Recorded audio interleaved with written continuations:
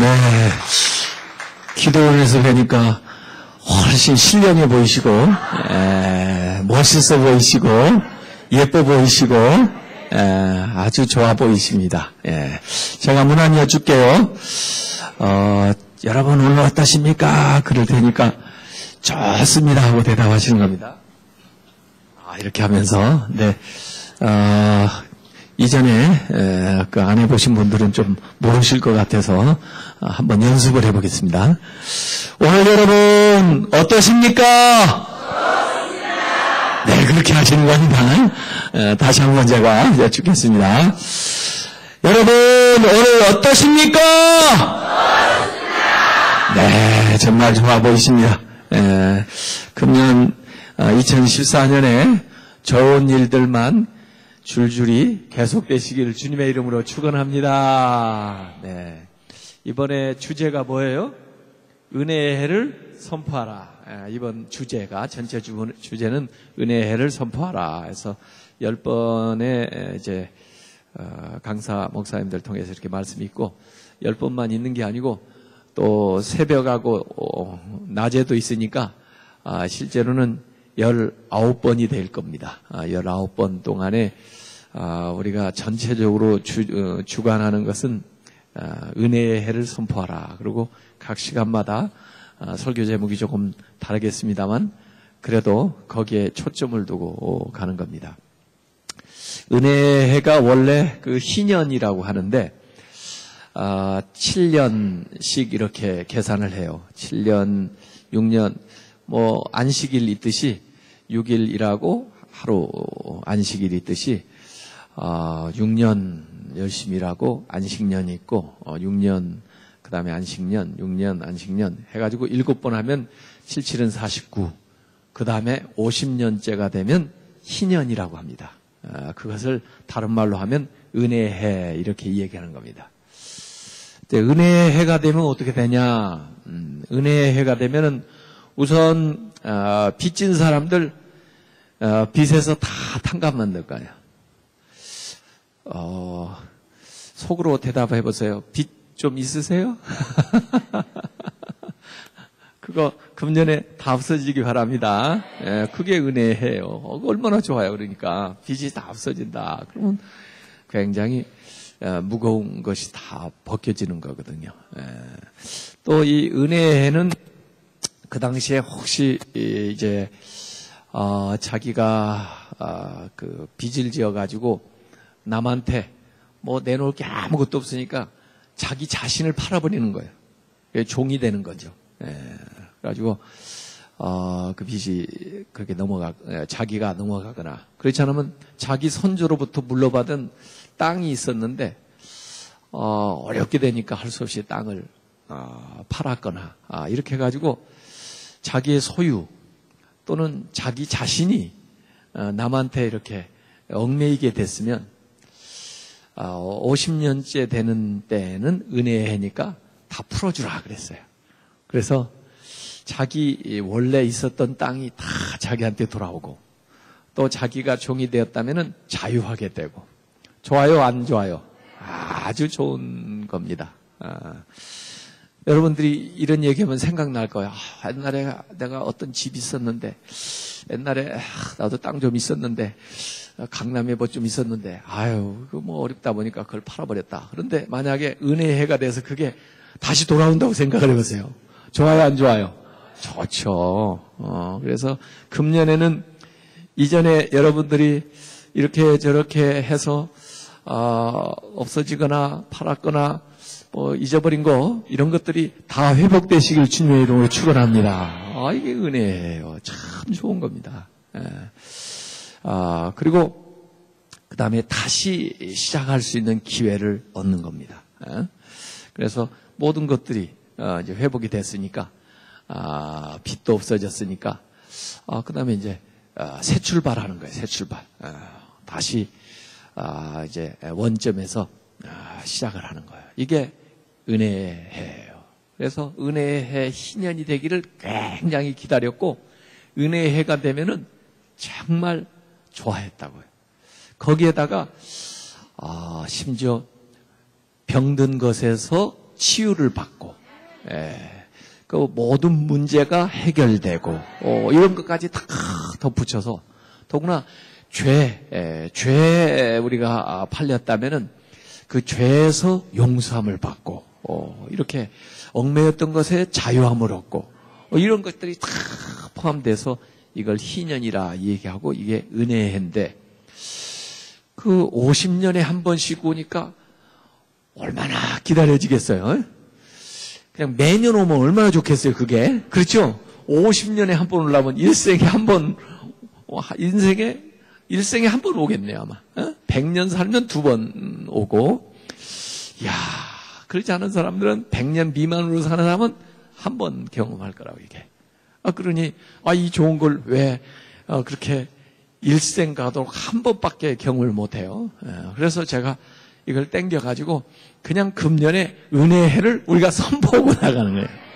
아셨어요? 그래서, 우리 교회가 100주년이 지난 지가 몇 년 안 됐는데, 100주년 될 때도 제가, 2번째 받는 희년입니다. 그렇게 얘기하기는 했는데, 100주년 지난 지가 얼마 안 됐는데, 왜 또 은혜인가, 무슨 뭐 특별한 날인가, 이렇게 생각할지 모르는데, 사실 그 은혜의 해라고 하는 개념이, 어디에 초점을 맞추고 있냐면, 예수님에게 초점을 맞추고 있는 거예요. 구약에 다 좋은 것들은 다 누구를 의미하고 있어요?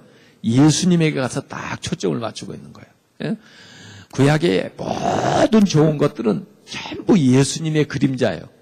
그래서 예수님을 가르쳐주고 있는 거예요. 그러니까 예수님 안에는 이 은혜의 해가 딱 들어있는 거예요. 그래서 예수님이 오셔서 사역을 할 때 오늘 그 누가복음 4장 거기 19절이라고 적혀있죠. 그래서 예수님이 오셔가지고 그냥 선포한 게 뭐냐면 예수님이 오신 것이 은혜의 해예요. 예수님 안에 있으면 은혜의 해를 누리는 거예요. 그러니까 50년을 기다릴 것도 없이 예수님 안에 있으면 날마다 뭘 경험해요?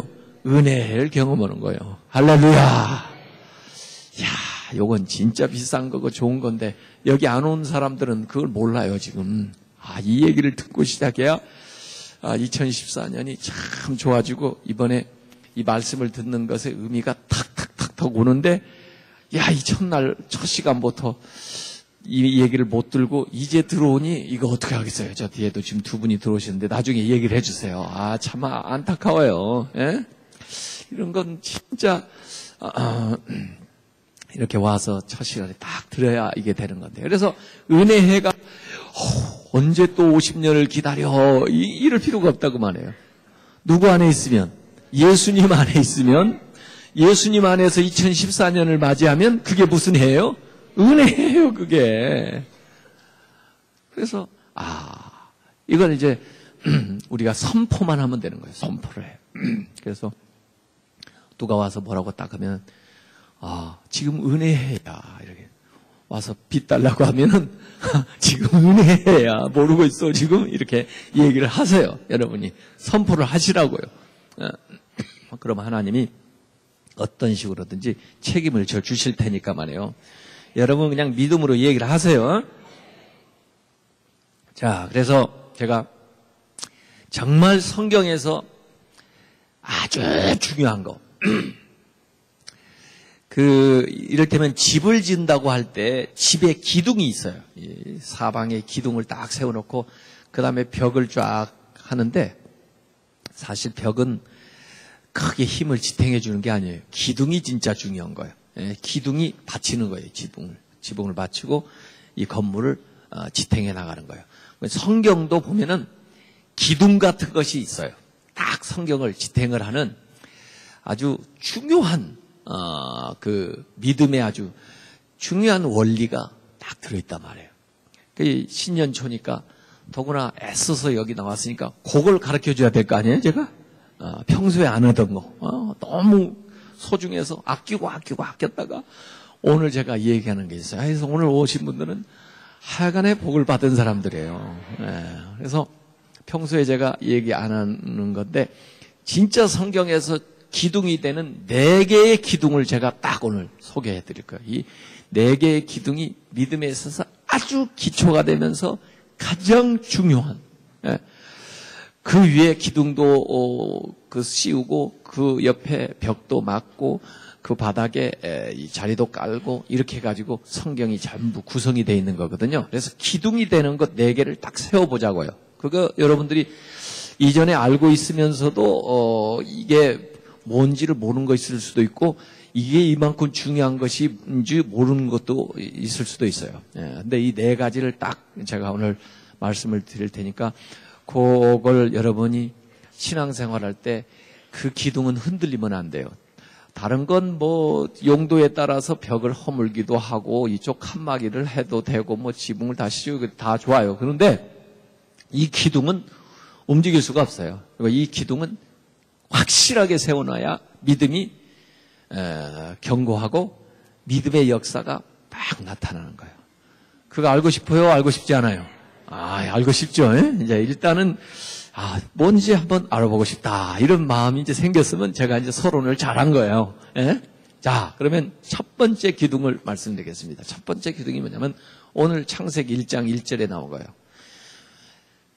제일 중요한 말부터 사실 성경은 시작하는 겁니다. 근데 오늘 창세기 1장 1절 외우시죠? 태초에 시작. 태초에 하나님이 천지를 창조하시니라. 이게 굉장히 중요합니다. 태초에. 그러니까 모든 것보다 가장 처음에 하나님이 천지를 이 모든 우주 만물을 창조하셨다.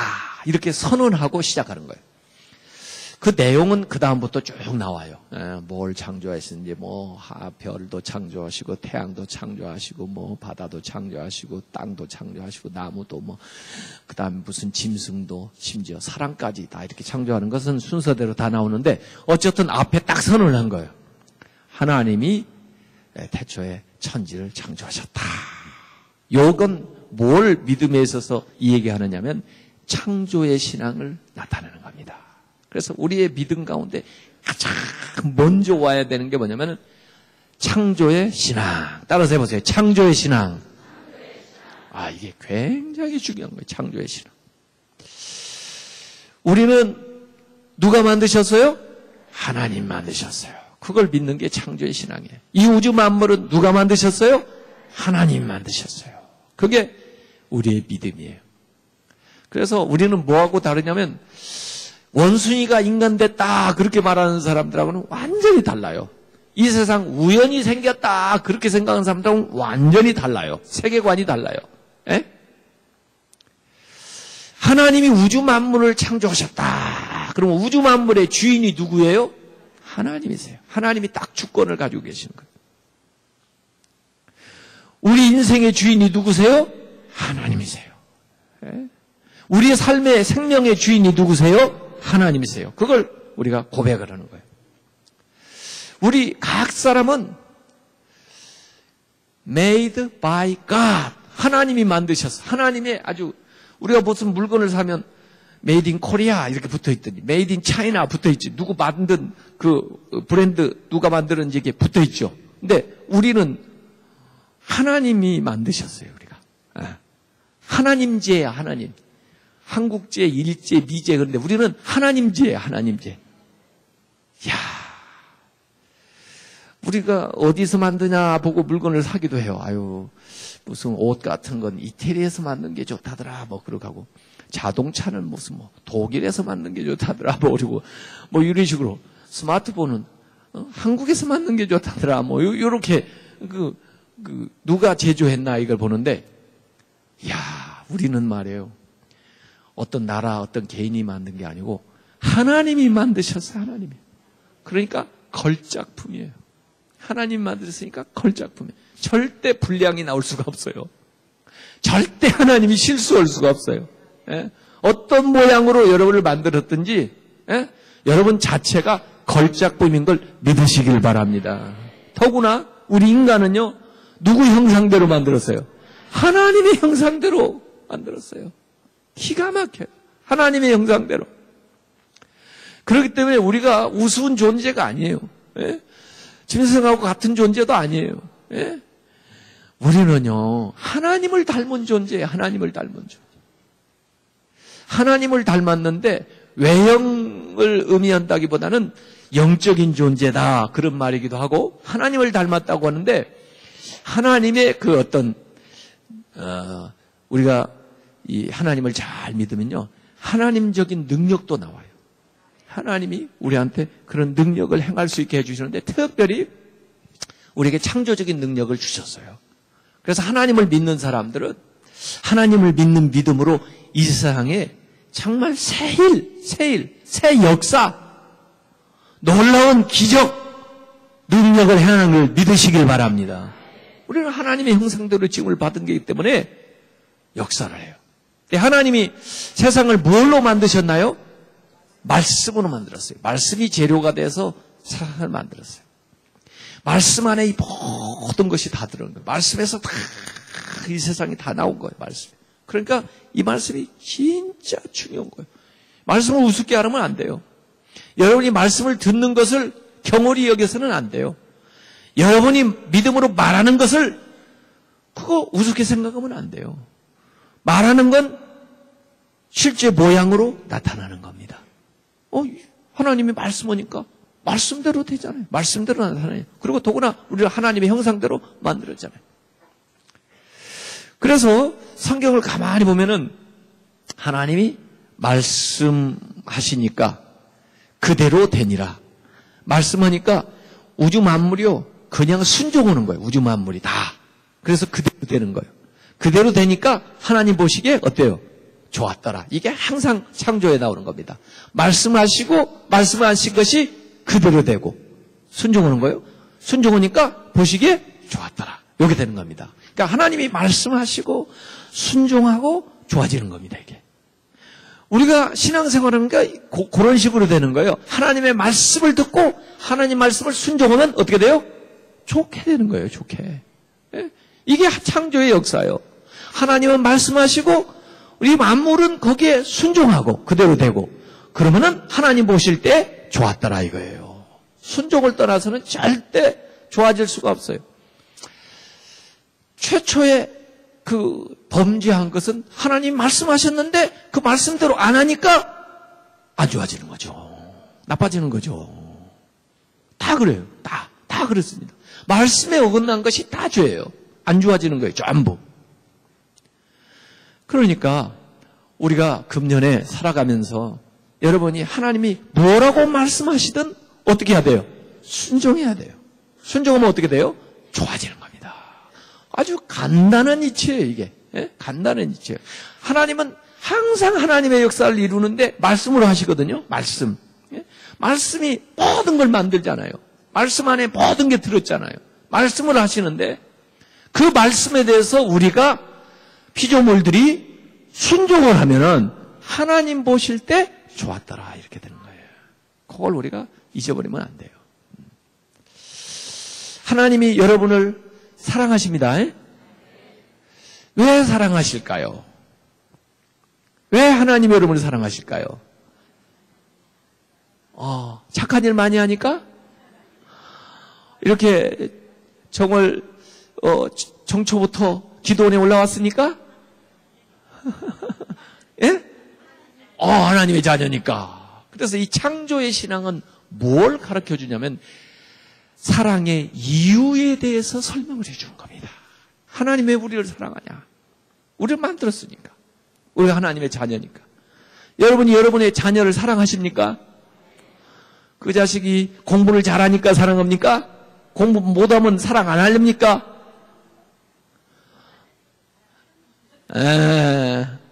잘생겨서 사랑합니까? 다른 애가 조금 못생기면 사랑 안 하렵니까? 돈을 벌어다 주니까 사랑합니까? 돈을 벌어다 안 주면, 용돈 안 주면 사랑 안 하렵니까? 아니요. 자녀를 사랑하는 이유는 딱 하나. 내가 낳았으니까. 내 자식이니까. 예? 누가 뭐래도 내 자식이 최고요. 예? 왜? 내가 낳았으니까. 못 낳든 잘 낳든 돈을 잘 벌든 못 벌든 착한 짓을 했든 좀 못된 짓을 했든 상관없어. 하나님이 왜 나를 사랑합니까? 하나님의 자녀니까 나를 사랑하는 거예요. 그래서 여러분들이 하나님의 사랑에 대해서는 의심할 게 없어요. 여러분이 하나님의 자녀라면은 잘해도 물론 사랑하시지만 못해도 아이고 저놈이 왜 그래 그렇기는 하지만 그래도 사랑하시오. 예? 여러분이 하나님 앞에 충성해도 하나님이 좋아하시지만 좀 그러지 못해도 아우 저 녀석이 왜 그러니 그러면서도 하나님이 사랑하셔요. 그래서 이 창조의 신앙은 사랑의 이유에 대해서 분명하게 설명을 해주고 있는 것입니다. 더구나 이 창조의 신앙은요 하나님의 섭리를 얘기해 주는 거예요. 아무 뜻 없이 아무 목적 없이 이걸 만듭니까? 아무 이유 없이 이것이 여기 와 있습니까? 아니라고요. 이걸 왜 만듭니까? 왜 이걸 만듭니까? 왜 이걸 만들었습니까? 전부 이유가 있는 거예요. 전부 쓸데가 있는 거예요. 이게 다 마이크고 꽃이고 컵이고 책이고 다 이름은 다 달라도 용도는 다 달라도 뭔가 쓸모가 있어서 요 모양으로 요 모양으로 저 모양으로 만든 거예요. 믿으십니까? 하나님이 여러분을 만드셨다 이렇게 생각하면은 다 이유가 있는 거예요. 우연히 이 세상에 온 게 아니에요. 그냥 어쩌다 생긴 게 아니에요. 예? 그걸 하나님의 섭리라고 그래요. 섭리. 하나님이 섭리하시는 거예요. 하나님이 여러분을 만들었다. 그러면은 그게 과거 같지만은 거기에는 앞으로 쓰려고 하는 미래의 목적도 다 들어있고 거기를 향해서 나가기 위한 과정이 다 들어있는 거예요. 이게. 그래서 우리는 하나님의 섭리 안에 살고 있는 거예요. 여기에 그냥 우연히 온 게 아니에요. 제가 중앙교회 담임 목사가 된 게 우연히 된 게 아니에요. 전부 나는 몰랐었는데도 이전부터 하나님이 전부 작업을 하셔가지고 옛날 이 세상에 보낼 때부터 다 계획을 하셔가지고 그 다음에 떡 보내가지고 떡 해가지고 이렇게 오는데 나는 알지도 못하고 이렇게 왔는데 내가 알지는 못했지만 하나님이 아시고 하나님이 섭리하신단 말이에요. 섭리. 이걸 섭리. 그래서 이걸 우리는 하나님의 섭리를 믿고 살아가는 사람들이라 그래요. 세상 사람들은 우연이라고 생각하죠. 우연. 그 사람들은 운명론에 사로잡혀서 사는 거예요. 운명론. 우연히 여기 왔고 우연히 내가 세상에 왔고 우연히 이 일을 하고 있고 앞으로도 어떻게 될지 모르겠고 이게 운명론에 사는 사람들이에요. 우리는 하나님의 섭리를 믿는 사람들이에요. 하나님의 창조를 믿는 사람이에요. 그래서 창조론을 우리 믿는 거예요. 그래서 하나님이 목적이 있어서 나를 이 세상에 보냈고 하나님 목적이 있어서 내가 여기 와서 이러고 있고 앞으로도 하나님이 나를 그 목적을 따라서 이끌어 가실 거다 이거예요. 그러니까 마음에 평안을 누리세요. 여러분이 한 게 아니에요. 지금까지도 하나님이 하신 거예요. 앞으로도 여러분이 하는 게 아니에요. 하나님이 데리고 가는 거예요. 네? 그래서 우리는 온 데가 분명하고 갈 데가 분명하고 하늘나라. 그 과정은 하나님이 쫙 인도하시고. 그러니까 뭐이 두려워요? 뭐이 두렵냐고요? 네? 더구나 하나님이 우리를 만들어가지고 우리를 이렇게 쓰시는데 하나님이 우리를 만드실 때 그 목적과 또 우리 자신이 잘 개발해서 제대로 기능을 다 발휘할 수 있도록 하나님께서 사용설명서를 주셨을까요? 안 주셨을까요? 사용설명서까지 다 이게 사용설명서 이게. 자동차를 사면은 자동차에 사용설명서가 있어요, 없어요? 핸드폰을 사면 사용설명 따라와요, 안 따라와요? 따라와요. 한번 좀 읽어보세요. 그러면 그 기능이 많이 있는데, 예?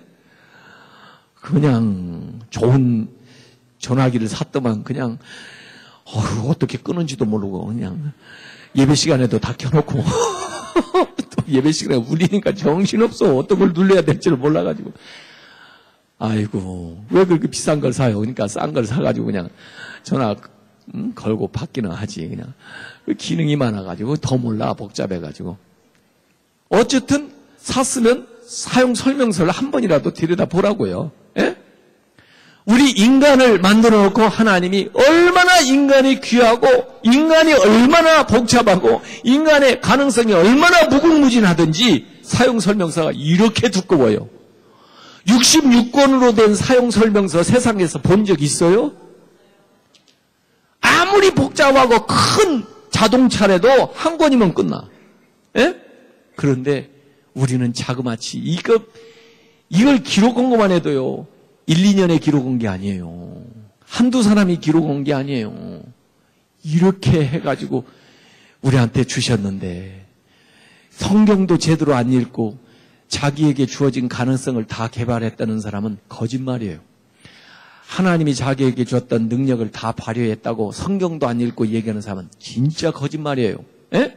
몇 가지 기능만 쓰고 사는 거요. 평생. 이러니 얼마나 낭비해요.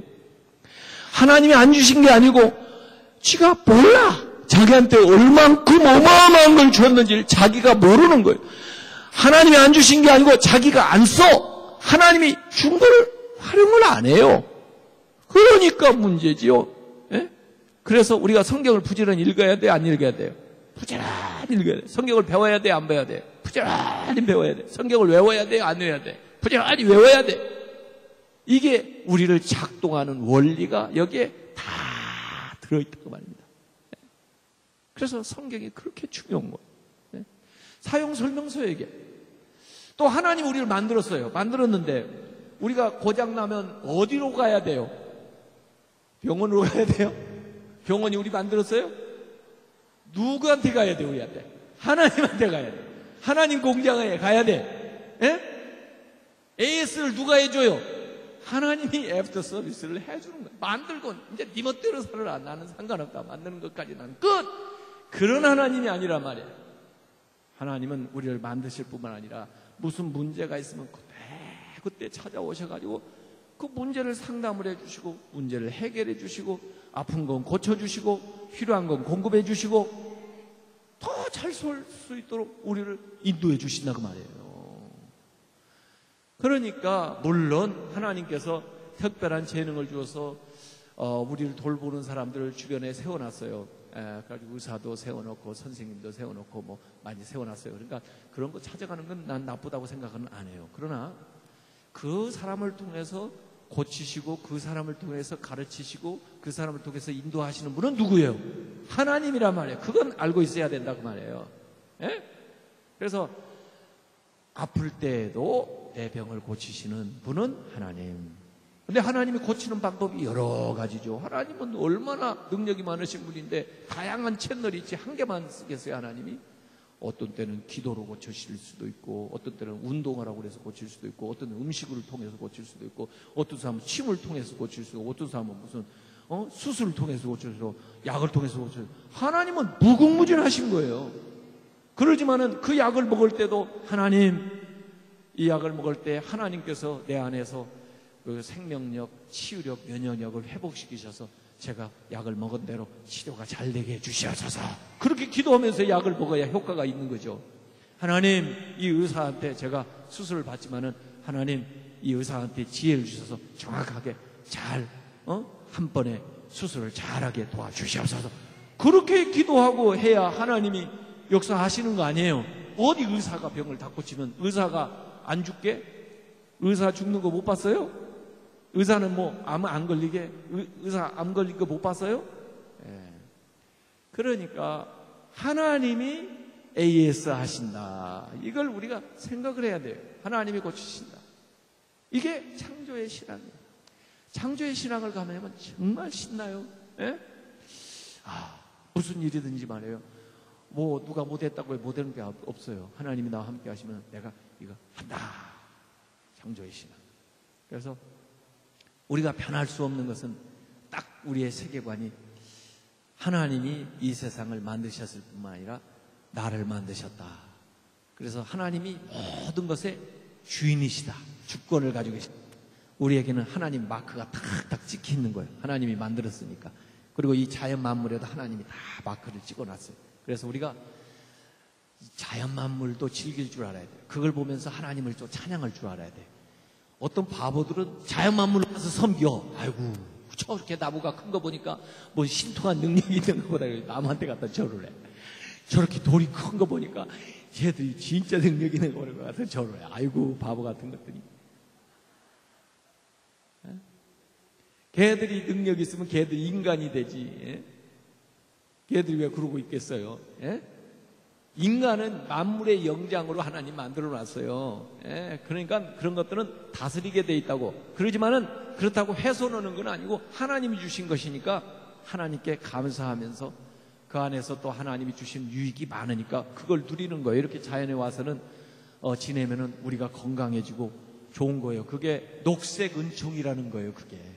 그거 하나님이 창세에 우리에게 주신 거니까 이 자연 만물은 여러분이 잘 다스리면서 잘 활용하면서 또 여러분의 유익을 위해서 쓰면서 하나님께 영광 돌리는 수단으로 쓰면 되는 거예요. 절대로 그걸 위에다 올리면 안 돼요. 그건 아래에 있는 거지, 우리 아래. 그래서 우리가 아래에서 그걸 활용을 해야지. 아무리 물질이 좋다고 물질을 위에다 세워놓으면 그러면 이제 우리가 그때부터 종이 되는 거예요. 하나님만 섬겨야 우리가 자유롭지, 다른 것들은요 이렇게 올려놓으면요 그때부터 나를 완전히 조정하기 시작해가지고 내가 손발이 묶이는 거예요. 왜 그런 일을 해요? 하나님이 그러지 말라고 그러는데. 그리고 그렇게 만들지도 않았는데. 그게 창조의 질서예요. 하나님, 그리고 우리 인간을 만들고 그 다음에 자연 만물이 우리 아래 있는 거예요. 이게 딱 잡혀있어야 질서가 잡히는 거지. 이걸로 거꾸로 올려놔버리면 이제 무거워서 살지도 못해요. 그래서 창조의 신앙, 이게 첫 번째 굉장히 중요한 거예요. 누가 뭐래도. 그래서 지난번에 우리가 노한우 목사님 모셔다가 건강법을 쭉 하면서 가만히 보니까 그분이 이 창조의 원리를 응용해가지고 건강을 이렇게 하는데 제가 보니까 저게 참 성경적이다 그런 생각이 들었어요. 그래서 운동 좀 계속 하세요? 오늘도 시간 나면 자꾸 둥글, 이게 뭐야? 뭐 어떻게 하는 거죠? 구르기를 자꾸 해보세요. 이렇게 해서 등이 이렇게 되게 이렇게 하고. 가져오셨어요? 가져온 사람 없어요? 갖다 이렇게 딱 대고 이렇게 해서 하여간 자세를 이렇게 딱 해야 돼요. 그래서 오늘도 이렇게 등을 딱 등받이에다 이렇게 딱 대고 앉으시면 참 좋은 거예요. 그러라고 등받이 딱 해놓은 거예요. 그게 건강 좋은 의자예요. 그걸 딱 들고. 만약에 진짜 허리가 아프고 그런 분이 있으면요 뒤에다가 의자도 한 줄 이렇게 갖다 놔서 그런 분들은 또 거기에 딱 앉으시면 돼요. 그리고 발도 펴세요. 펴도 돼요. 발. 앞에 사람 막 차지만 말고 발을 이렇게 발을 펴와요. 왜냐하면 혈액순환이 잘 돼야 되거든요. 이게. 그래서 창조의 신앙이 첫 번째 중요해요. 사랑의 이유에 대해서 설명해 줬다. 두 번째, 믿음에 있어서 진짜 중요한 초점은 마태복음 1장 23절에 나오는데 이런 말씀이 나와요. 보라, 처녀가 잉태하여 아들을 낳을 것이요 그 이름을 임마누엘이라 하리라 하셨으니 이를 번역한즉 하나님이 우리와 함께 계시다 함이라. 두 번째 믿음은요 임마누엘 신앙입니다. 따라서 해보세요. 임마누엘 신앙. 임마누엘 신앙. 임마누엘이라는 것이 무슨 뜻이라고요? 하나님이 우리와 함께 계시다. 예수님의 이름인데 임마누엘이 왜 예수님을 임마누엘이라고 부르냐?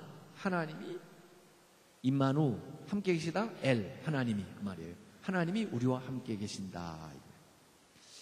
하나님이 보이지 않는 하나님. 그래서 우리가 하나님을 믿는다 하지만은 늘 보이지 않으니까 어떤 때는 의심도 되고 또 어떤 때는 하나님 우리 형편도 잘 모르시나 그런 생각도 하고 이렇게 또 범죄하면서 자꾸 그걸 반복하면서도 깨닫지를 못하고 그러니까 하나님께서 내가 인간에게 분명하게 좀 보이는 그 하나님으로 또 인간의 그 삶을 확실하게 믿음 안에서 인도해 줘야 되겠다 해서 이전에 자연 만물 역사 예언자들 말씀 통해서 다 계시를 하셨지만은 이제는 예수님이 특별하게 특별 계시로 몸을 입고 딱 이 세상에 오신 것이 예수님의 성육신이에요. 사실 구약의 신앙생활 했던 사람들은 예수님의 그림자를 보고 신앙생활 했으니까 사실은 우리보다 신앙생활하기가 어려워요. 근데 우리는 이미 오신 예수님을 이렇게 보고 또 증언하고 그 다음에 확신한 바를 우리가 믿고 나아가니까 굉장히 우리는 신앙생활하기가 좋은 거예요. 그래서 예수님을 통해서 우리가 하나님을 이렇게 알게 된 거예요.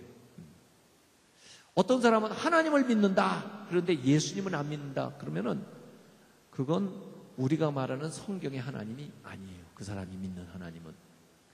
우리가 성경에서 말하는 하나님은 누구냐면 예수님이 오셔서 가르쳐 주신 하나님이에요. 또 예수님이 이 세상에 오셔서 보여주신 그 하나님을 우리가 믿는 거예요. 그래서 하나님과 예수님하고 같이 믿어야지 예수님을 믿는데 하나님을 안 믿는다 그런다지. 또는 하나님을 믿는데 예수님을 안 믿는다. 그러면 그건 기독교에서 말하는 그 하나님, 그 예수님이 아니에요. 예수님은 다른 분이 아니고 하나님이 우리와 함께 계시기 위해서 오신 분이에요. 그래서 이 함께 계신다는 게 뭐냐면은 이게 마태복음 1장 23절에 나왔지만 마태복음 28장 20절 마지막에도 예수님이 볼지어다 내가 세상 끝날까지 너희와 항상 함께 있으리라 그러셨어요. 아니 승천하셨는데 어떻게 같이 계시나? 성령님을 통해서 우리와 그처럼 함께 계신다는 거예요. 그래서 우리는 두 번째 믿어야 되는 믿음이 뭐냐면은 함께 계시는 하나님을 믿는 거예요. 그럼 왜 하나님은 우리에게 함께 계시기 위해서 이 세상에 오셨나? 그게 뭔가? 그러면 우리가 사랑한다 하면 뭐라고 그래요? 한번 보여줘봐. 얼마나 나를 사랑하는지. 말로만 그러잖아요. 그러니까 하나님이 그래 내가 실제 몸을 입고 이 세상에 오셔서 우리를 얼마나 사랑한가를 딱 보여주신 거예요. 그래 우리와 함께 하신 거예요. 이걸 사랑의 실제라고 그래요. 사랑의 실제. 창조의 신앙은 사랑의 이유, 사랑의 이유를 설명해주고 임마누엘 신앙은 사랑의 실제, 사랑이 실제로 이렇게 몸을 입고 우리에게 나타나셨다고 말이에요. 사랑하면 같이 있고 싶어요? 떨어지고 싶어요? 같이 있고 싶죠. 그래가지고 이 데이트할 때 집에다 데려다 주고 오고 아유 같이 계속 있으면 좋겠다. 그래가지고 뭘 하는 거예요? 결혼하는 거예요. 네? 결혼은 같이 있고 싶어가지고 네? 같이 살고 싶어서 결혼을 하는 거예요. 결혼했는데 아침에 남편이 이렇게 출근할 때 부인들이 뭐라고 그러는지 아세요? 잘 다녀오라고. 네. 잘 다녀오라고? 가라고 하는 게 아니고 가버려 그런 게 아니고 회사 끝나면 빨리 오세요 그래요. 뭐 때문에 빨리 오라고 그래요? 같이 있으려고. 왜 같이 있으려고 그래? 사랑하니까. 제가 군대에서 군목을 했는데 군목을 하면은 병사들 상담하는 게 이제 또 일이고 한데 어떤 아이들 주로 좀 상담을 많이 하냐면 휴가 갔다가 늦게 오는 애들. 얘들은 막 난리가 나요. 휴가 갔는데 안 오니까 올 날 시간에 안 오니까 부대에서 이 녀석 탈영복을 내야 되나 마나 지휘관들이 고민이에요. 탈영복을 안 냈다가 얘가 무슨 일이 생기면은 책임져야 되고 또 올 건데 또 탈영복을 내놨다가 이놈이 또 오면 또 낭패고 이러니까 고민이에요. 이 휴가 가가지고 몇 시간씩 늦게 와요. 그러면 이제 영창에 금방 늘 수는 없으니까 목사님 좀 상담 좀 해보세요. 그래가지고 너 왜 이렇게 늦게 와서 부대에서 기다리는 줄 알아 몰라? 그러면 알아요. 너 왜 이렇게 늦게 왔어? 지휘관이 지금 그러면 아유 목사님 참 이상해요. 여기 부대에 있을 때는 시간이 그렇게 안 가더니요. 저기 집에 가면 그렇게 시간이 빨리 가가지고 자기 애인을 만났는데 금방 헤어지려는데 얘기 조금 했더니 시간이 훅 가가지고 차를 놓친다는 거예요. 안 오려고 한 게 아니고 그러다 보니까 이렇게 늦게 왔다는 거예요. 이해가 돼요? 안 돼요? 이해가 안 돼. 사랑하면 같이 있고 싶은 거예요. 하나님이 우리를 사랑하셔서 우리하고 같이 있고 싶어서 이 세상에 오셨으면 우리도 주님하고 같이 살아야 될 거 아니에요? 그런데 어떤 사람들은 아유 귀찮아요. 내가 교회 가끔 갈 테니까 교회만 계세요. 왜 이렇게 자꾸 따라오고 그래요? 불편하지 않아요? 주님이 같이 계시고 싶다는데 자기 멋대로 살고 싶은 거예요. 이러면은 하나님이 나에게 전체가 될 수가 없어요. 부분이 되는 거예요. 나의 주님이 될 수가 없고 손님이 되는 거예요. 예? 하나님 우리 손님이 돼서는 안 된다니까요. 나의 주인이 되셔야지. 언제나 나와 함께 하셔야지. 언제나 나와 함께 하시겠다고 오는데 말이에요. 우리는 가끔 함께 하겠다고 그러면 이게 믿음의 생활이 안 되는 거예요. 그래서 교회만 있다고 우리가 하나님하고 함께 하는 게 아니고 늘 가정에서나 늘 직장에서나 어느 곳에 가든지 주님과 동행을 해야 되는 거예요. 그래서 구약에서나 신앙생활 잘하는 사람들, 의로운 사람을 얘기할 때 하나님과 동행했다 그러는 거예요. 노아가 하나님과 동행했다. 에녹이 하나님과 동행했다. 그 하나님과 함께 살았다는 거예요. 함께 살면 의인이 되는 거예요. 우리가 의인 되기 위해서 애를 쓰고 막 무슨 큰일을 많이 해야 의인이 되는 게 아니에요. 언제나 주님 손을 붙들고만 살 수 있으면 의인이 되는 거예요. 그게 거룩한 삶을 살 수가 있는 거예요. 그래서 이성복 목사님은 한 손에는 성경을 드시고 한 손에 이렇게 주먹을 쥐고 다니셨대요. 이렇게. 그래서 사람들이 아니 목사님 왜 주먹 쥐고 누구 때리려고 그래요? 아니 왜 그러면 그렇게 주먹을 쥐고 다니세요? 그러니까 나 예수님 손 붙들고 다니는 거야. 나도 잊어버릴까봐 내가 이게 들고 다니는 거야. 나도 잊어버리지 말라고. 그렇게 훌륭한 목사님도 그랬대요. 그분이 임마누엘 신앙이에요. 한보 하루하루 무슨 일을 하든지 하나님과 주님을 생각하면서 이렇게 동행하는 거예요. 이게. 금년 1년 동안 여러분들이 주님과 동행하시길 바랍니다. 어느 곳이든지 주님과 함께 가시기 바랍니다. 주님과 함께하면 내게 능력 주시는 자 안에서 내가 모든 것을 할 수 있느니라. 담대한 거예요. 주님이 함께하면 담대하죠. 힘 있는 어른만 나하고 함께 해줘도 내가 그냥 힘이 있는 것처럼 의시되고 어깨를 벌리고 이렇게 지나가는데 저는요 제가 그래도 초등학교 때부터 누구하고 싸워가지고 맞아본 적도 없고 제가 그래도 학교를 잘 다닌 것은요 저보다 6살 많은 제 형이 깡패예요. 주먹 좀 썼어요 제 형이. 야, 그것도 좀 이점이 좀 있더라고요. 우리 형은 고등학교 때 학교 간 날보다 안 간 날이 더 많아요. 안 가고 뭘 하나 매일 기타 학원 이런 데 가서 색소폰 학원 이런 데 가서 매일 그런 거나 배우고 그래가지고 고등학교를 겨우 졸업한 사람이에요. 그런데 이 동생들은 얼마나 잘 챙기는지 어디 가면 다 얘기해놔가지고 너 쟤 건들면 죽을 줄 알아. 내 동생이야. 알아서 껴. 이렇게 하고 대하고 저는 학교 다닐 때 그러니까 저보다 형이 6살이 많잖아요. 그러니까 초등학교 때부터 중학교 이 선배들이 다 아는 거예요. 쟤는 누구 동생이야. 건들면 안 돼. 죽어. 건드렸다거나. 이렇게 되는 거예요. 에? 얼마나 좋아요? 에? 그거 하나는 진짜 형한테 내가 덕을 받네. 하나님이 우리와 함께 계신다면 엄청난 백이에요. 생각을 해보세요. 제가 담대한 것은요. 하나님이 계시기 때문에 그래요. 하나님이 계시기 때문에. 하나님이 계시기 때문에 어디 가든지 기죽지 않습니다. 예? 하나님이 계시고 하나님이 내 편이 되시는데 하나님이 내 편이 되는데 어떡하겠어요? 예?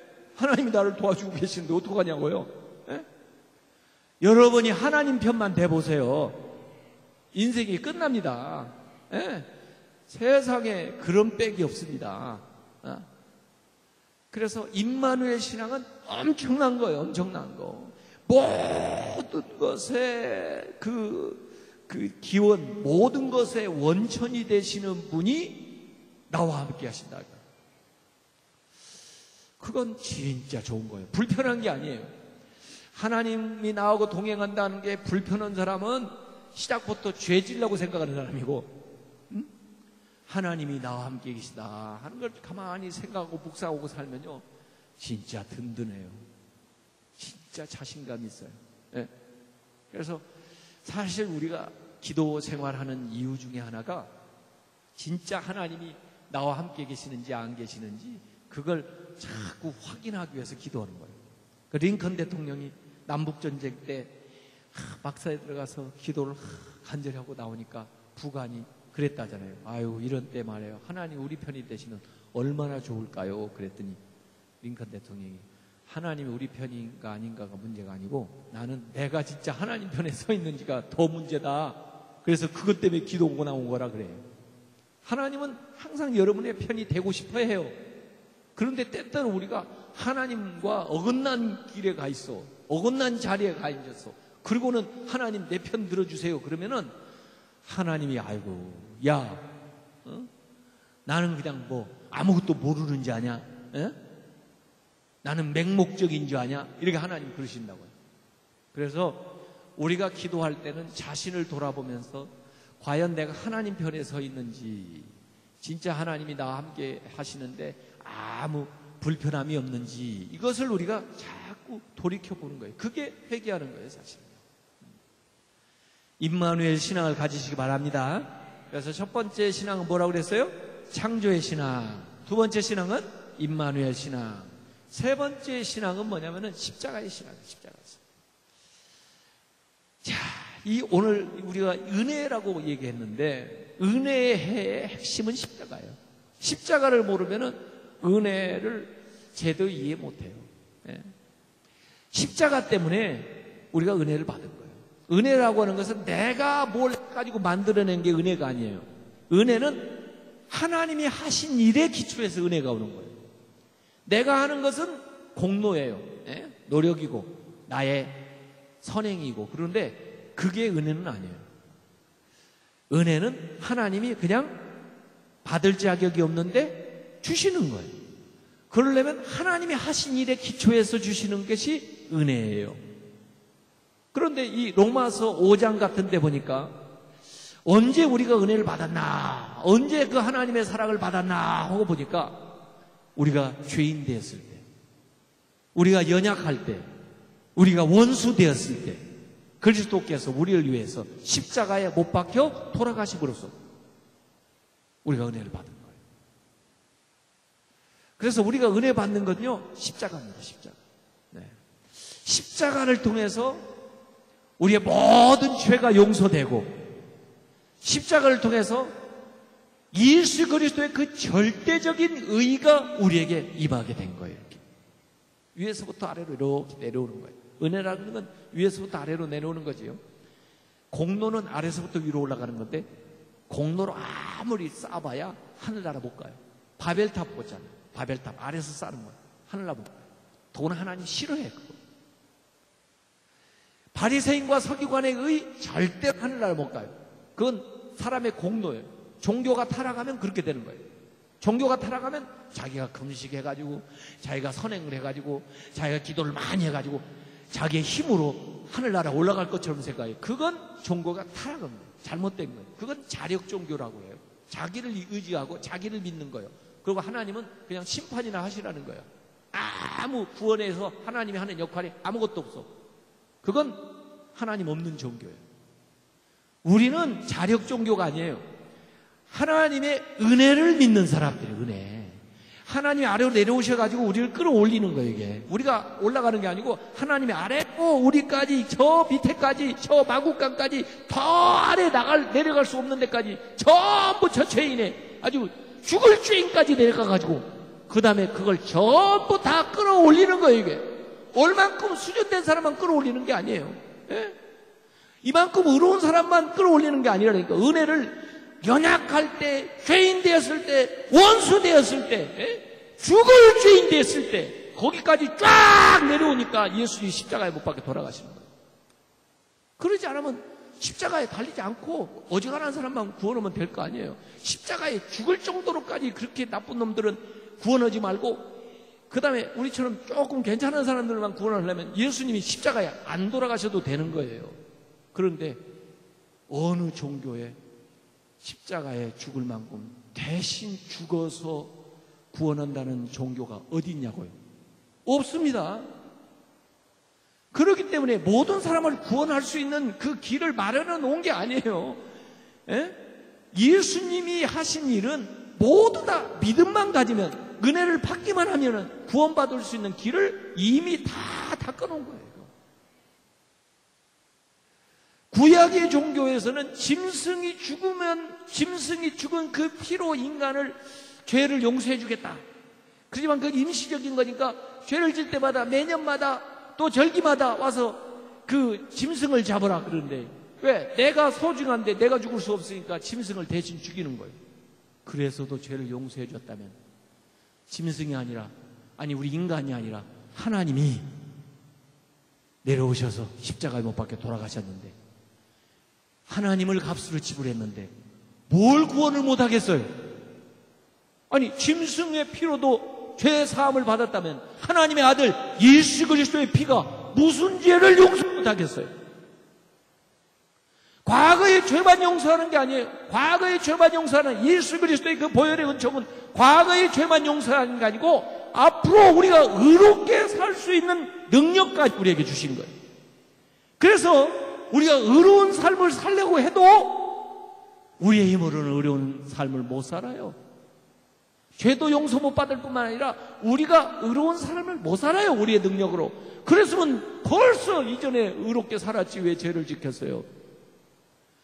우리가 죄를 용서받는 것도 예수 그리스도의 보혈을 통해서 용서를 받는 거고, 우리가 앞으로 의로운 삶을 살아도 예수 그리스도의 십자가의 은혜로 우리가 의로운 삶을 사는 거예요. 여러분이 무슨 착한 일을 하나 했으면은 여러분이 한 게 아니에요. 예수 그리스도의 은혜로 했습니다. 그래야 되는 거예요.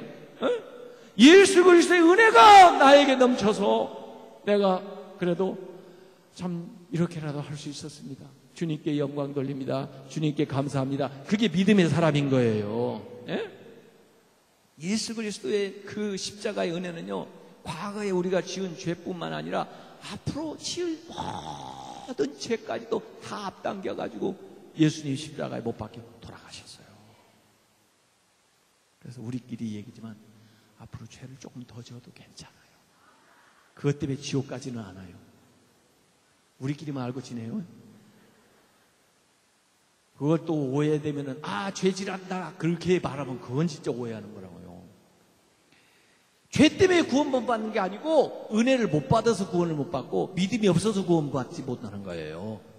아셨어요? 죄 없는 사람이 어디 있는데? 죄 없는 사람은 없어요. 그래서 죄 없어서 구원 받은 사람은 아무도 없어요. 그런 교리는 아무 소용이 없는 거예요. 죄 없어서 구원 받는 사람이 아무도 없는데 죄 없어서 구원 받는다 하는 말이 무슨 소용이 있어요? 아무도 구원 못 받는데. 은혜로 구원을 받습니다. 믿음으로 용서를 받습니다. 그러니까 그게 은혜죠. 그래서 예수님이 하신 일은 이 세상에 오셔서 우리를 위해서 십자가에 못 박혀 돌아가심으로써 우리가 하나님께 갈 수 있는 길을 만들어 주신 거예요. 내가 곧 길이요 진리요 생명이니 나로 말미암지 않고는 아버지께 올 자가 없느니라. 우리가 구원받는 것은요, 이 세상의 의가 아니에요. 이 세상의 의는요, 상대적 의라고요. 내가 너보다 좀 의롭다, 네가 나보다 좀 의롭다, 비교해가지고 상대적 의예요. 이게 바리새인 서기관의 의예요. 그래가지고 바리새인들은 아유 저 죄인들, 저 세리들, 아유 저 창기들, 저것들이 뭐 예수님한테 가고 예수님 뭐 저것도 모르나 저 사람들하고 하게. 이게 상대적 의예요. 조금 의롭다고. 그러면 하나님이 구원하는데, 그래 바리새인을 기준으로 해가지고 바리새인보다 의로우면 구원받으라, 서기관을 기준으로 해가지고 서기관보다 의로우면 구원받으라, 한기채를 기준으로 해가지고 한기채보다 의로우면 구원받아. 그래요? 어디 성경에 그런 게 나와요? 하나님은 상대평가가 아니에요. 비교평가가 아니에요. 어떤 사람들은 뭐 14만 4천 들어간다네. 자, 14만 4천 등까지 끊어. 그 다음에는 천국 못 가. 천국이 넘쳐서 장소가 좁으니까.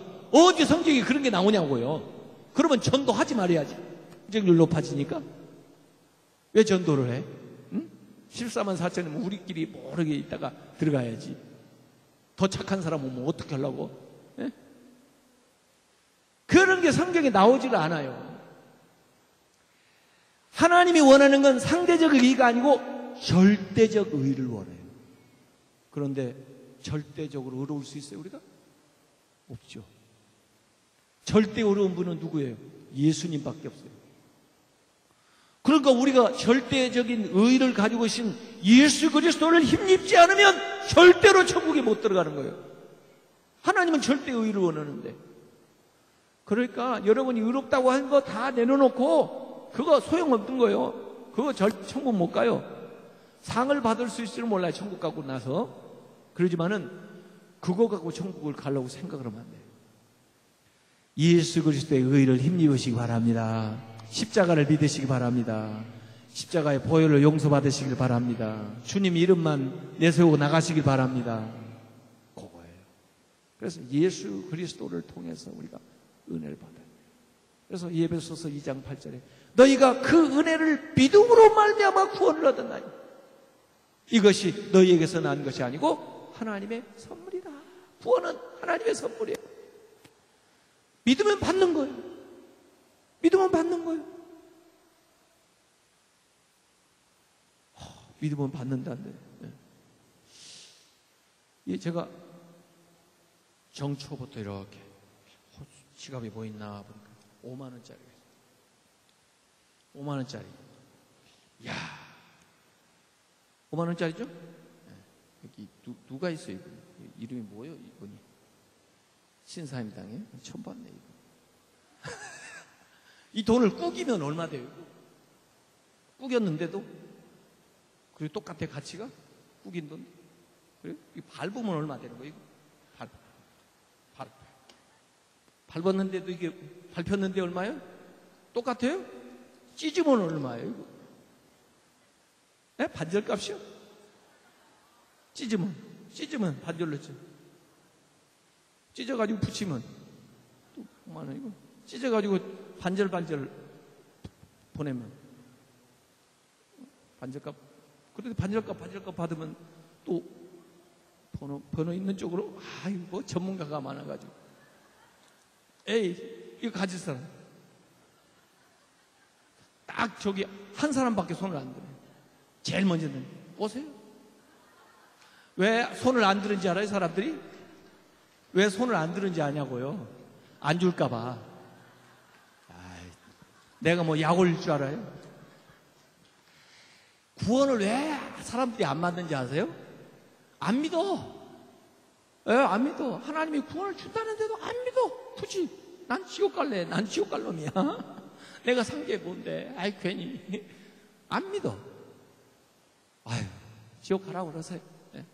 안 믿어서 지옥 가는 거예요. 안 주어서 그거 아니고 지금 전부 줬잖아요. 주님께서 다 내게로 오라 그랬잖아요. 다 목마른 자도 다 오고 다 오라고 하잖아요. 그래서 내가 생명을 준다는 거 아니에요. 영접하는 자에게는 하나님 자녀 되는 권세를 주신다는 거 아니에요. 은혜를 주는데 안 받아. 야 진짜 그거 어떻게 할 수가 없네요. 지가 안 맞는 걸 어떻게 하겠어요? 야, 그 하나님이 진짜 우리가 그런 사람들을 위해서 어떻게 기도해야 돼요? 강권적으로 역사해 주옵소서 그렇게 기도하기는 하는데 야 강권적으로 역사를 하면 어떻게 될지 난 상상을 하기가 싫어요.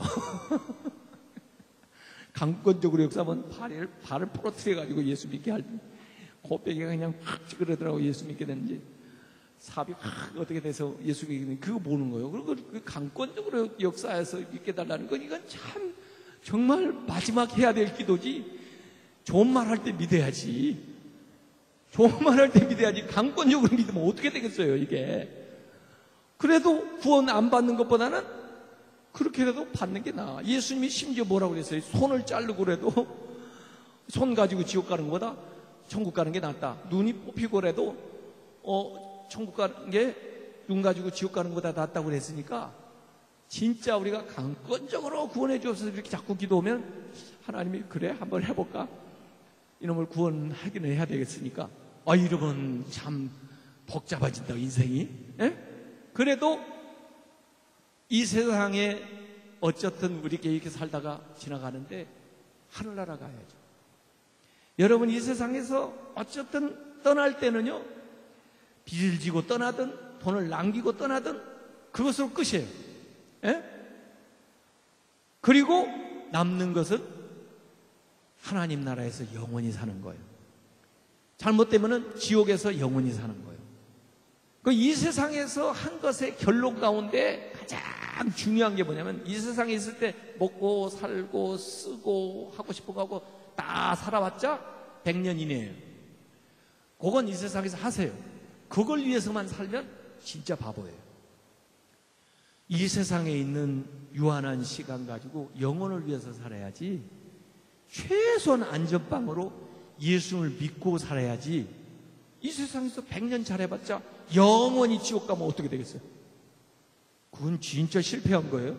이 세상에서 성공 실패는 할 수도 있고 과정이니까 뭐 그러고, 그 다음에 나중에 죽으면 그걸로 끝이에요. 예? 대단한 성공을 해도 끝이고 대단한 실패를 했어도 그걸로 끝이에요. 예? 그런데 진짜 인생의 성패는 그가 천국에 가느냐 지옥에 가느냐로 끝나는 거예요. 그러니까 우리가 이 신앙생활을 하면서 인생을 살아가는 것이 어떤 것이 제일 중요한가를 우리가 알고 살아야지, 그것도 모르고 매일 구하는 것이 그냥 이 세상적인 것만 구하고 그것이 신앙생활의 전부인 것처럼 살면, 그건 진짜 신앙생활 잘하는 게 못 돼요. 우리에게는 십자가의 신앙이 있어야 됩니다. 이 십자가의 신앙의 본질이 뭐냐면, 예수님이 십자가 다 졌으니까 그러면 나는 아무것도 안 진다, 그런 게 아니고, 십자가의 믿음을 우리가 갖는다는 건 예수님이 얘기했거든요. 자기 십자가를 지고 나를 따라와라 그래요. 예수님이 우리에게 부탁하신, 또 자기에게 있는 십자가를 나름으로 지고 따르는 거예요. 왜? 십자가를 지고 따라야 우리의 믿음이요, 살아있는 믿음이 되고 능력 있는 믿음이 되고요, 그 다음에 뭔가 그 안에서 믿음이 자꾸 자라요. 그래서 하나님이 우리에게, 우리 자신에게 맞는 그런 십자가를 나름으로 이렇게 주시는 거예요. 그걸 통해서 우리의 근육도 발달하고, 또 우리의 시야도 좀 열리고, 또 우리의 능력도 생기고, 또 하나님이 역사하는 것도 경험을 하고 나름 주는 거예요. 이게 십자가 없는 사람 없습니다. 다 누구든지 십자가를 져요. 더구나 이 세상에서 우리가 정말 주님을 따를 때 십자가를 지고 따른다 하는 건 뭐냐면, 십자가의 정신이 뭐냐면, 예수님이 겟세마네에서 기도한 것인데, 예수님이 겟세마네에서 뭐라고 기도했어요? 아버지여, 내 뜻대로 마시고 아버지 뜻대로 되기를 원하나이다. 십자가 정신이 뭐냐면 아버지 뜻대로 되기를 원합니다. 그게 십자가의 정신. 무슨 일이 있을 때 여러분들이 십자가를 진다는 게 뭐냐? 그러면 내 뜻대로 하지 않고 아버지 뜻대로 하겠습니다. 그게 십자가예요. 저도 신앙생활 하면서 십자가를 진 적도 몇 번 이렇게 기억나는 게 있어요. 그게 뭐냐면, 제가 신학교 갈 때, 저는 신학교 사실 가고 싶지 않았거든. 왜? 부모님들도 예수님도 안 믿고. 그 다음에 저는 그때 생각할 때, 목사님 되면 이렇게 좋을지 모르고, 그때는 고생만 직사게 하는 줄 알았어요. 그때 뭘 몰랐지. 그냥 참 하나님이 내 기도대로 안 들어준 게 얼마나 감사한지 몰라. 어떤 때는 하나님 좋은 것으로 주지, 기도 한 대로만 해주도 않아요. 기도 한 대로 했다면 어떤 딴 여자하고 결혼했을 거예요. 그런데 좋은 걸로 주니까 이렇게 좋은 배우자를 만나는 거예요. 그래, 여러분이 기도는 하고 마지막에 가서 뭐라고 딱 기도를 해야 돼요? 아버지 뜻대로 되기를 원하나, 이렇게 기도를 해야지. 여러분 뜻대로만 돼가지고는 나중에 네가 그렇게 하라고 그랬잖아, 그러면 책임져야 됩니다, 내가. 그러니까 책임은 하나님이 지셔야 되니까 항상 기도를, 제 생각에는 지금 현재 입장에서는 이렇게 돼야 될 것 같은데 하고 기도를 막 하세요. 다 하세요. 하기는 하지만 마지막에 가서는 뭐라고 그래야 돼요? 아버지 뜻대로 되기를 원하나이다. 그렇게 안전하게 딱 그렇게 해놓으면 그 다음에 하나님께서 좋은 것으로 응답을 딱 해주시는 거예요. 기도한 대로만 응답해 주는 게 아니고 뭘 응답해 줘요? 좋은 것으로 응답을 해줘. 좋은 것으로. 이게 참 너무 우리는 기가 막힌 거예요. 기가 막힌. 그래서 기도할 때도 이렇게 아버지의 뜻하고 내 뜻하고 상충될 수 있어요. 우리 부모님 내 뜻하고 상충될 수 있어요. 나는 그렇게 살면 안 될 것 같은데, 그렇게 하고 싶지 않은데.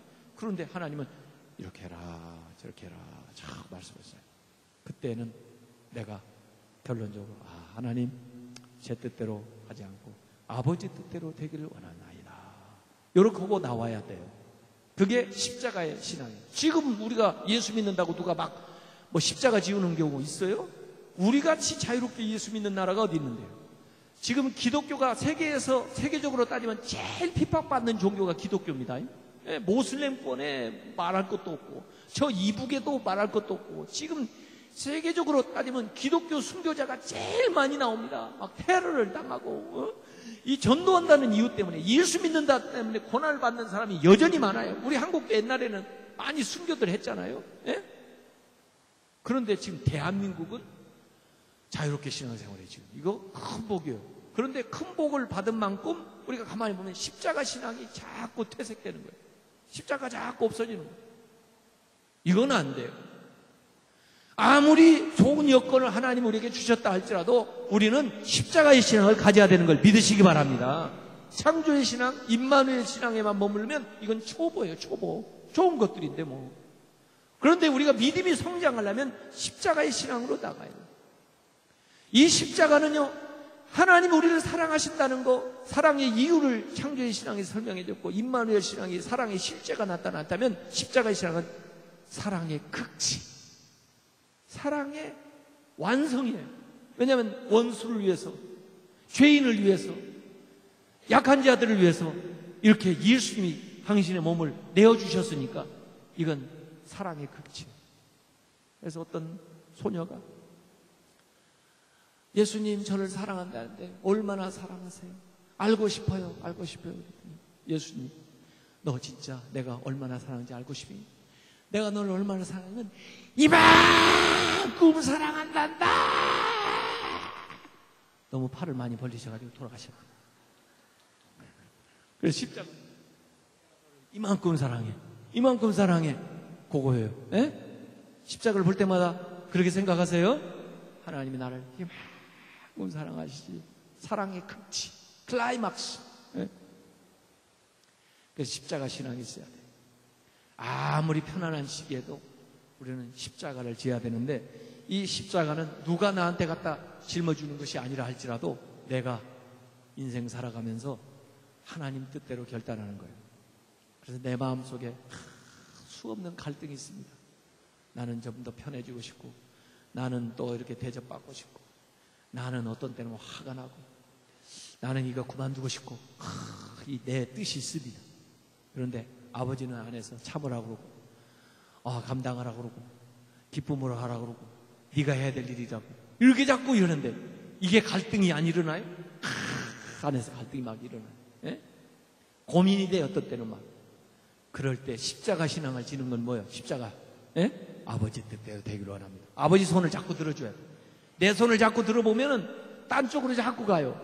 죄로 자꾸 향하는 거예요. 예? 못된 것만 자꾸 안에서 올라오는 거예요. 그때마다 나를 확 들고 아버지 뜻대로 되기로 원합니다. 아버지 뜻대로 되기로 원합니다. 아버지 뜻대로, 아버지 뜻대로. 아버지 뜻을 자꾸 올려드리다 보면 내가 거룩한 사람이 되는 줄 믿습니다. 하나님의 사람이 되는 줄 믿습니다. 그게 세 번째 신앙이에요.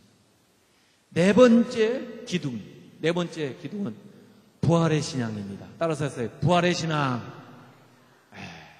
부활의 신앙은요, 사랑의 승리, victory of love, 사랑의 승리를 얘기해요. 십자가 신앙이 사랑의 극치라고 그랬죠. 근데 그 사랑은 결코 실패하지 않아요. 부활하십니다. 사흘 만에 다시 부활하셨어요. 기독교는요, 마지막이 십자가로 끝나는 게 아니에요. 십자가로 끝났다면 우리 매일 모이면은 추모 예배나 드려야 되겠죠. 네. 그런데 다행히 우리는 십자가에서 끝나지 않고 뭘로 끝나요? 부활로 끝나, 부활로. 그래서 우리 십자가에는요, 예수님이 달려있어요, 안 달렸어요? 안 달렸어요. 부활하셨는데 왜 달려있어?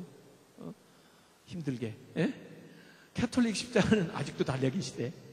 그게 좀 달라요. 캐톨릭과 우리 개신교하고 뭐 보면 아니면 십자가 보면 아는데, 캐톨릭 십자가는 아직도 달려 계셔. 아이고, 미안하지도 않나. 왜 좀 내려놓지나. 부활하셨는데.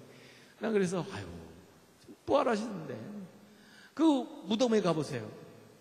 자, 저기, 예루살렘 그 성지에 가가지고, 그, 공원으로 만들어 놓은 그 부활 동산이 있어요. 예수님의 빈 무덤이 있어요. 거기 가면은, 거기에 딱 써 있어요. 할렐루야. 예수님은 여기에 계시지 않습니다. 얼마나 좋아요. 무덤에 안 계신 게 얼마나 다행이에요. 예? 거기 무덤이 마침표라고 하면 어떻게 되겠어요? 예. 우리도 그쪽 가서 맞춰야 될 거 아니에요.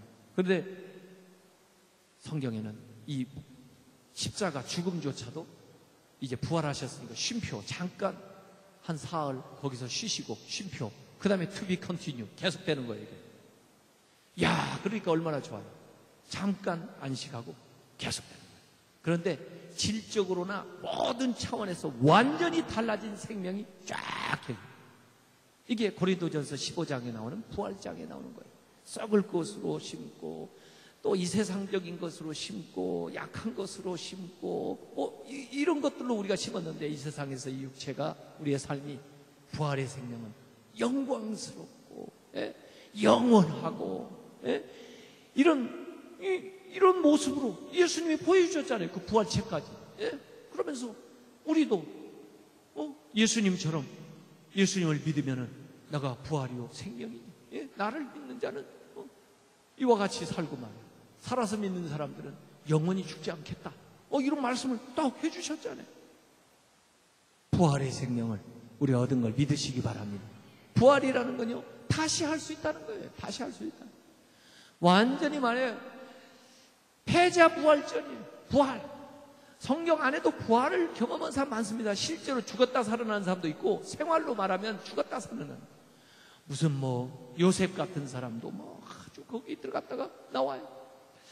또 무슨 전부 이 아브라함 같은 사람도 아이 놓고 해가지고 삶에 이렇게 지경에 갔다가 또 나와요. 이런 사람들 전부 룻기 같은 데 보세요. 나오미나 이런 사람들도 정말 인생의 아주 바닥까지 그냥 정말 막장까지 들어갔다가 다시 나와요.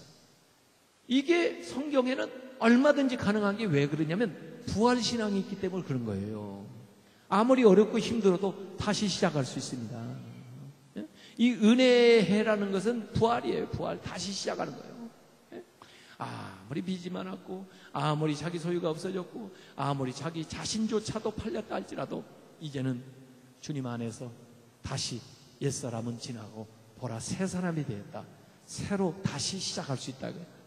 2014년도를 우리에게 주신 것은 다시 시작해보라는 거예요. 이전에 잘못해서 괜찮아.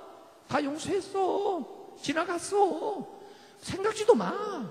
지금부터 잘하면 돼. 요게 부활신앙이에요. 이게. 그러니 다른 사람들은 세월이 오고 가고 그냥 반복적으로 이렇게 지나가지만요. 우리는요 색달라요. 우리는 예배 드릴 때마다 새로워요. 우리는 새해를 맞이할 때 또 새로워요. 우리가 와서 또 이렇게 기도하고 가면 또 새로워요. 이 안에서 막 새 기운이 힘이 막 생겨나는 거예요.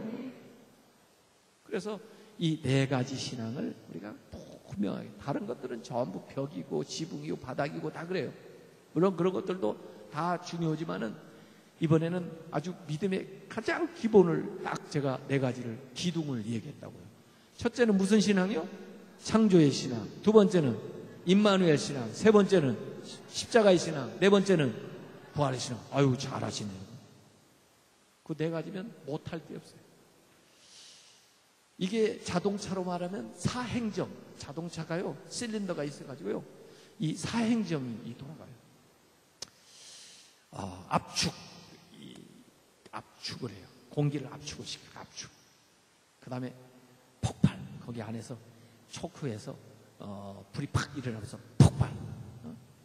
그 다음에 뭐예요? 압축, 폭발. 그 다음에 어떻게 해요? 배기? 흡입부터 시작해. 저는 내가 흡입을 잊어버렸네. 흡입부터 아래로 내려가야 되는 게 흡입이죠. 흡입. 옛날 기술 시간에 배우고 다 잊어버려가지고 지금. 그래도 명문 고등학교를 나오셨나 보다. 우리 양장로님이. 흡입을 이렇게 하고, 그 다음에 압축을 하는 거죠. 흡입. 압축, 폭발, 배기. 이렇게 되는 거 맞아요. 그 다음에 흡입, 압축, 폭발, 배기. 빠져나가고. 다시 이렇게 하는 거예요. 이게 사행적이에요. 이게 딱 보니까 이 네 가지 믿음이에요. 창조의 신앙은 흡입. 그 다음에 임마누엘 신앙, 압축. 십자가의 신앙, 폭발. 그 다음에 부활신앙, 배기. 요렇게 반복하면서 힘이 나서 에너지가 나가지고 자동차를 쫙 보내는 거예요. 금년에 청마해라 그런데 청마보다 더 좋은 이 자동차, 이 세단 여러분 생각을 하세요. 아주 이 네 가지 신앙으로 쫙 가는데 거기다가 제가 터보 엔진을 하나 더 달아드릴게요. 터보를 엔진을 더 다르면 진짜 속도 낼 때 쫙 더 파워가 더 강해져가지고 하는데 거기 5번째 터보 엔진 하나 딱 다는 게 뭐냐면 재림신앙이에요. 재림신앙. 그걸까지 달리면 기가 재림신앙은 이전에 이 4개는 다 지금 이미 이루어진 거고 5번째 이 재림신앙은 아직 나타날 건데 이게 재림신앙은 마라나타 주님이 다시 오시겠다고 약속하셨으니까 주님 다시 오실 것을 기대하면서 살아가는 거예요. 언제 주님이 오셔도 아멘 할렐루야 어서 오시옵소서 그렇게 맞을 준비를 하고 살아가는 거예요. 이러면은 이 터보 엔진이 딱 달리는 거예요. 이러면은 뭐 그냥 6기통 막 이렇게 되는 거죠. 막 쫙 나가는 거죠. 좋죠? 신앙생활에 이게 엔진을 달아야 이게 되는 겁니다. 이렇게. 근데 요게 어디에 나오나? 어디에 나올 것 같아요? 이 5가지가 전부 다 들어있는 게 어디에 있어요? 예? 예? 어디에? 사도신경에. 사도신경에 나와요. 처음 듣는 것처럼 들었죠? 이게 사도신경에 다 나와요. 처음에 사도신경은 우리가 우선 3가지를 크게 고백하는데 하나님에 대해서 고백하고 예수님에 대해서 고백하는데 예수님 것이 길어요. 그 다음에 성령님에 대해서 고백하는 거. 이 성삼일체 하나님에 대해서 고백하는 겁니다. 그리고는 교회 공동체에 대한 고백이 제일 마지막에 나와요. 이게 사도신경이에요.